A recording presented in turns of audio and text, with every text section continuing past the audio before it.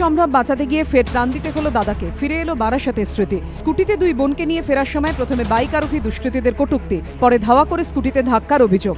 ঘটনাস্থলেই মৃত্যু হয় দাদার। আক্রান্ত দুই বোন হাসপাতালে চিকিৎসাধীন। কি হয়েছিল বৃহস্পতিবার রাতে? 10টা নাগাদ নদিয়া কালীগঞ্জের দেবগ্রামে মেলা থেকে দুই বোনকে স্কুটিতে বসিয়ে বাড়ি ফিরছিলেন দাদা। স্থানীয় চৌরাস্তায় তাদের পিছনে একটি বাইকে ছিল 3 যুবক। একটা বাইকে করে 3টে ছেলে ছিল। ওরকম করছে বলে দাদা এখন স্পিডে বেরিয়ে আসছিল।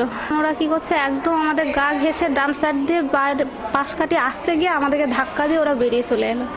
আর ওই ধাক্কা খেয়ে আমরা 3জনই পড়ে গেছি। তরুণী চিৎকারে ছুটে আসেন স্থানীয়রা। 3 জনকে উদ্ধার করে দেবগ্রাম প্রাথমিক স্বাস্থ্য কেন্দ্রে নিয়ে যাওয়া হয়, কিন্তু ততক্ষণে অনেক দেরি হয়ে গেছে। তরুণীর দাদাকে মৃত বলে ঘোষণা করেন চিকিৎসকরা।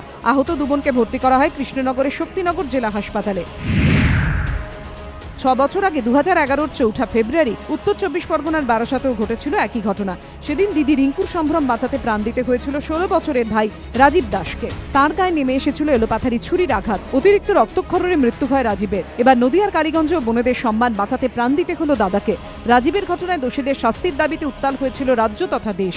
অভিযুক্ত 3 জনের যাবজ্জীবন কারাদণ্ড হয়। কালীগঞ্জের ঘটনাতেও দোষীদের চরম শাস্তি চাইছে পরিবার। এক মুহূর্তে সব শেষ।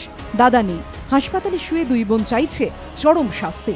প্রদ্যুৎ সরকারের রিপোর্ট, এবিপি আনন্দ, নদিয়া।